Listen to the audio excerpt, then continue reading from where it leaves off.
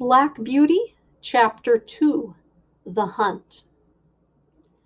Before I was 2 years old, a circumstance happened which I have never forgotten. It was early in the spring. There had been a little frost in the night, and a light mist still hung over the plantations and meadows.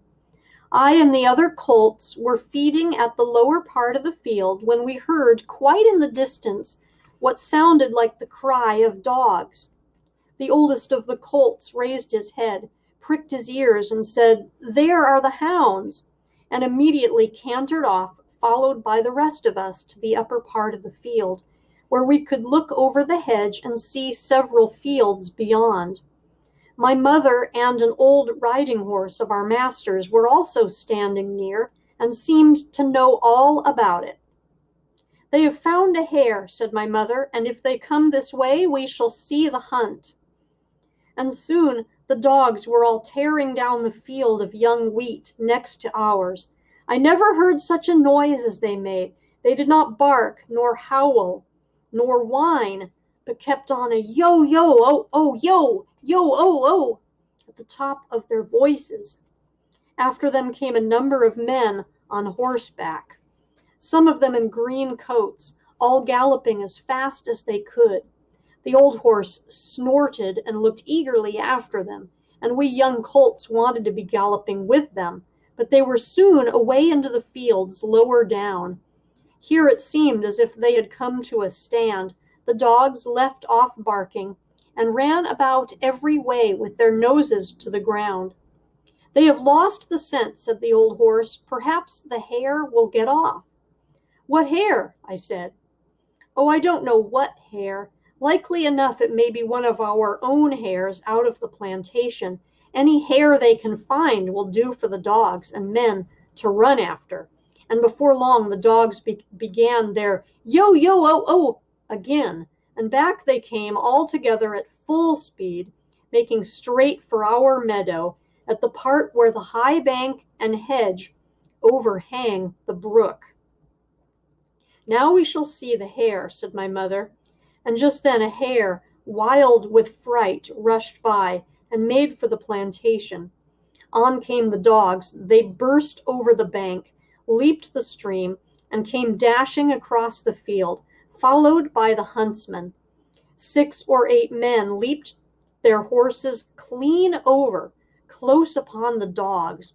The hare tried to get through the fence. It was too thick, and she turned sharp round to make for the road, but it was too late. The dogs were upon her with their wild cries. We heard one shriek, and that was the end of her. One of the huntsmen rode up and whipped off the dogs, who would soon have torn her to pieces. He held her up by the leg, torn and bleeding, and all the gentlemen seemed well pleased. As for me, I was so astonished that I did not at first see what was going on by the brook. But when I did look, there was a sad sight. 2 fine horses were down. One was struggling in the stream, and the other was groaning on the grass. One of the riders was getting out of the water covered with mud. The other lay quite still. "His neck is broken," said my mother. "And serve him right, too," said one of the colts. I thought the same, but my mother did not join with us. "Well, no," she said, "you must not say that. But though I am an old horse, and have seen and heard a great deal, I never yet could make out why men are so fond of this sport. They often hurt themselves, often spoil good horses, and tear up the fields, and all for a hare or a fox or a stag, that they could get more easily some other way, but we are only horses, and don't know." Whilst my mother was saying this, we stood and looked on. Many of the riders had gone to the young man, but my master, who had been watching what was going on, was the first to raise him. His head fell back and his arms hung down, and everyone looked very serious. There was no noise now. Even the dogs were quiet, and seemed to know that something was wrong. They carried him to our master's house. I heard afterwards that it was young George Gordon, the squire's only son, a fine, tall young man, and the pride of his family. There was now riding off in all directions to the doctor's, to the farrier's, and no doubt to Squire Gordon's, to let him know about his son. When Mr. Bond, the farrier, came to look at the black horse that lay groaning on the grass, he felt him all over and shook his head. One of his legs was broken. Then someone ran to our master's house and came back with a gun. Presently there was a loud bang and a dreadful shriek, and then all was still. The black horse moved no more. My mother seemed much troubled. She said she had known that horse for years, and that his name was Rob Roy. He was a good, bold horse, and there was no vice in him. She never would go to that part of the field afterwards.